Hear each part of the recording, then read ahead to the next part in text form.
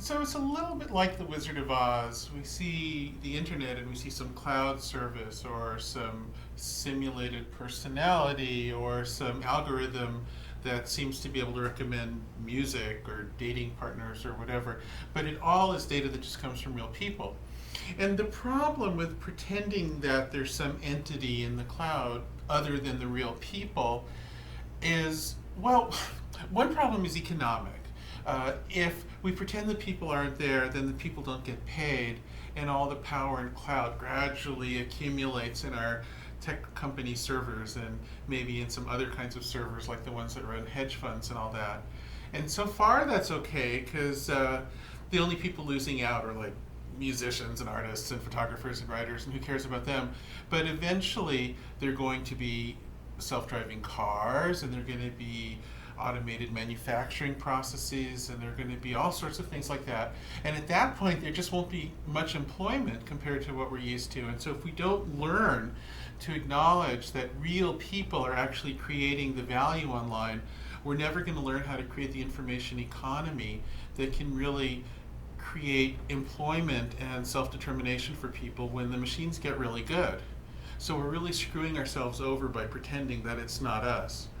And this appeal of this fantasy of the artificial intelligence, this fantastic being that's doing all this work, is understandable, because what a great thing. It's almost like a Frankensteinian thing. We've created this life form, but it's phony. It ultimately is all people.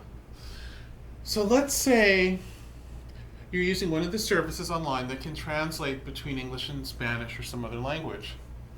And it seems magical. Here's this machine translating.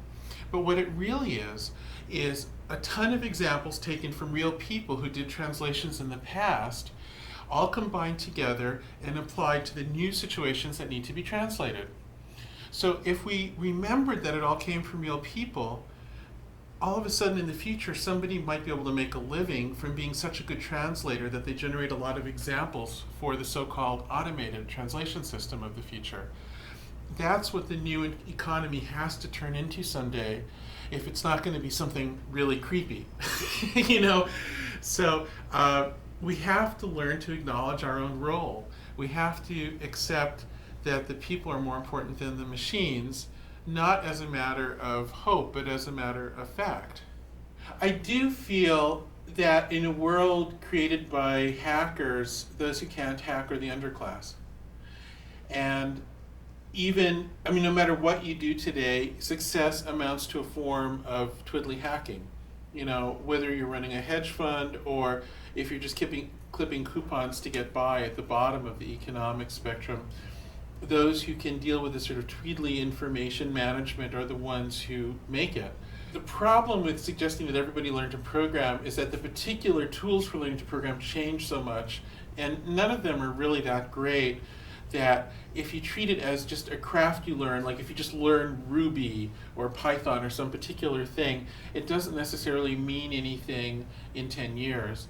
What you really have to do is get to the deeper concepts behind it all. So what I really wish is that there was general literacy in computer science, which is different than learning to program. That, I think, would empower a lot of people, because then you're sort of learning all the programming languages at once, and you can learn to think like the people who made them up. It's not that hard. I don't think it's really all that technical, and I think most people could learn it. That probably is as important as reading and writing and arithmetic. But unfortunately, the way people approach it is in this very almost rote fashion of like learn to be able to program in this or that. And I don't know how much it really helps people in the long term.